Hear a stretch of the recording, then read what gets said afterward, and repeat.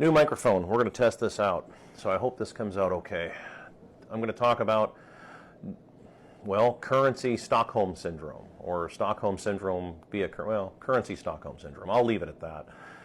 I saw this video yesterday, and it was this young lady that was in her car complaining about working 3 jobs and not being able to make any money, and she's doing lots of work and not getting ahead. And then, now, some people can relate to that. I can relate to that. I can relate to a lot of younger people out there doing this stuff. And I say this as a Gen Xer, okay? So listen, I mean, before you guys judge me and think that I'm just part of this problem, you get to beekeeping age and you start to, see some of this stuff for what it is. And this is a currency destruction, is what you're seeing. So some of the comments, and I'm going to address these sort of generically, these comments that I saw underneath my reposting of this, which is just that they were commenting about, her nails and her hair is done, and, she's driving a nice car with leather. Well, first of all, I don't know any car that actually has leather seats. Most of them have pleather seats. They maybe have leather inserts, but I know that in my wife's car, when I ordered it for her, I had to specifically ask for cloth seats because the leather was, or the pleather, or whatever the hell they want to call it, was standard interior. So let's address some of this. I grew up in the 80s. I grew up as a kid in the 80s, and I've got a pretty good idea of what boomers lived like, because remember, most boomers in the 80s were in their 30s and 40s, okay? So, or a good chunk of them, or in their 20s. If you were born in 1961, which is the peak birth year, so in the 80s, you'd have been in your mid-20s. I grew up in Seattle, the South Side, and which is the blue-collar area.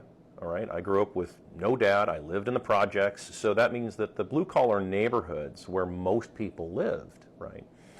That was most of the kids that I knew, right, that I hung around with, or that were friends. Now, in those neighborhoods, let me tell you what I saw growing up. All right, these are guys who, most of them, worked at Boeing, or worked in some kind of, or they worked at the docks, or they worked in some kind of blue-collar job. Vast majority of them did not have high school diplomas, or excuse me, college diplomas. Vast majority did not have college diplomas. Most had high school, and if they didn't have high school, they had GEDs. That's the majority. Occasionally, I would hear the story of someone who had, one of the kids' dads would get paid to go to school for 2 years to get a 2-year degree because a company that they worked for wanted them to get a specific skill set, and so it was a paid-for type of deal. Their student loans weren't like what they are, like what people know them now. They were not the same deal. So where everything's $100,000, everybody pays just tons of money. That wasn't a thing back then. I knew one kid in the late 80s that growing up, that his dad was an actual architect, and they genuinely were extremely wealthy.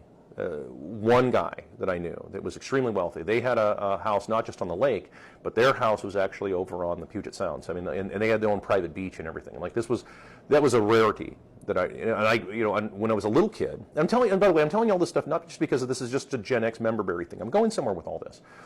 But I grew up seeing this, and when I was a little kid, my mom's friend, her name was Sandy, she had a son that was my age as well, and she was a nurse, and her husband was a radiologist, if I'm not mistaken, and he had a 2-year degree, and of course she had a nursing certificate, and I thought they were insanely rich. I couldn't believe people lived like that on a daily basis. I couldn't believe that the kid that I would, their son, who was my age, I couldn't believe he lived like that. He had every toy imaginable. He had like everything, every game system, you name it, he had it. And this was the province of the rich kids, what I thought was the rich kids, right? By the mid-'80s, I would say, mid to early 80s, virtually every boomer I know had a VCR. Now, which of course, now you think that, oh, well, but that wasn't very expensive. Let me explain something to you. VCRs back then were quite expensive. They were $500 or $600. Now we blow that off nowadays. Like, oh, it's no big deal. iPhones are $1,800. The equivalent of buying a VCR back in the 80s was, I mean, you have to understand. I mean, you're talking about the equivalent of spending many thousands of dollars relative to the economy back then, because people, like I never had one, right? I mean, like my mom never had one. It wasn't until many, many, many years later, almost in the 90s actually, if I remember right, in the early 90s, before somebody gave her one because they upgraded. I think it was one of her sisters or something like that.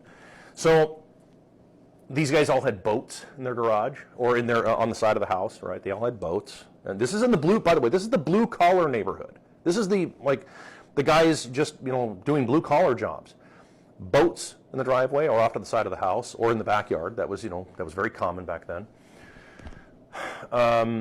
They could all afford to go to Seahawks games. They could. Many of them could afford season tickets back in the day. But this is back in the day, right? I mean, this is before Seattle became the shithole that it is now. This was when it was predominantly for the most part, a blue collar area. And what else was there? They all had later model cars, and almost every one of them owned homes. HOAs were not a thing. Why am I explaining all of this? I'm telling you this because when I see a lot of people making the excuse of, well, somebody's overspending, that may be the case for some people. That's true. For some people, that is the case. I've seen more professional employees overspending, buying $4 million houses that they have no business buying. Leverage to the gills, rather than buying a normal home or a modest home. Instead, no, they've got to live in the trendy part of town. And I consider that to be way overspending, but that's just my opinion, right? But when I see somebody who's saying, or if they're to be believed, they're saying that they're working 3 jobs. Well, first of all, their lifestyle can't be a whole hell of a lot, can't be all that great if they're working 3 fucking jobs. Pretty much all they're doing is working.